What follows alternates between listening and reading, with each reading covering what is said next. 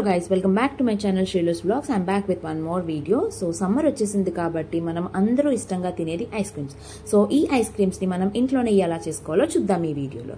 So మనం ice cream తయారు చేసుకోవడానికి కావాల్సింది మీకు నచ్చిన flavour powder, that is chocolate powder నేను తీసుకున్నాను, and 250 ml of milk and sugar and elaichi powder for flavour, and మనకి కావాల్సింది కొంచెం చిల్డ్ మిల్క్.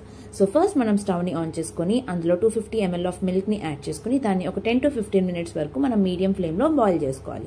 అవి బాయిల్ అవుతున్న టైంలో ఒక బౌల్ లో చిల్ మిల్క్ తీసుకొని అందులో 3 to 4 spoons of chocolate powder ని యాడ్ చేసి బాగా మిక్స్ చేయాలి.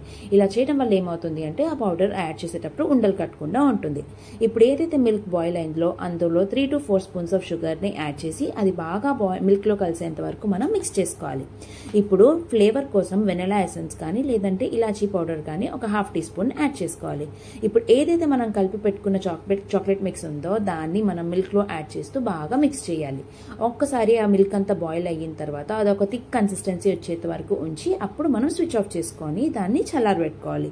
బాగా చల్లగా అయిన తర్వాత ఒక టైట్ కంటైనర్ లోకి ఈ కన్సిస్టెన్సీని అంతా ట్రాన్స్ఫర్ చేసుకొని అందులో మనకి నచ్చిన డ్రై ఫ్రూట్స్ ని యాడ్ చేసుకొని మనం ఓవర్ నైట్ ఫ్రీజ్ చేసుకోవాలి.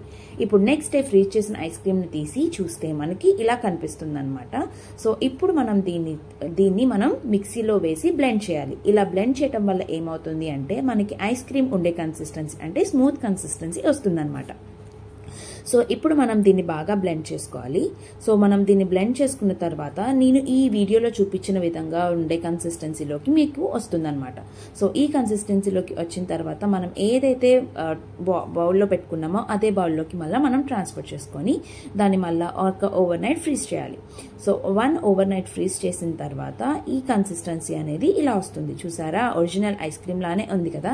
సో ఇప్పుడు మనం దీన్ని ఒక 2 to 3 స్పూన్స్ మనం ఒక చిన్న బౌల్లో యాడ్ చేసుకొని సర్వ్ చేసుకొని తింటే చాలా చాలా బాగుంటుంది. మీరు కూడా ట్రై చేసి కామెంట్ సెక్షన్ లో ఎలా ఉందో చెప్పండి. That's it for this video. Bye.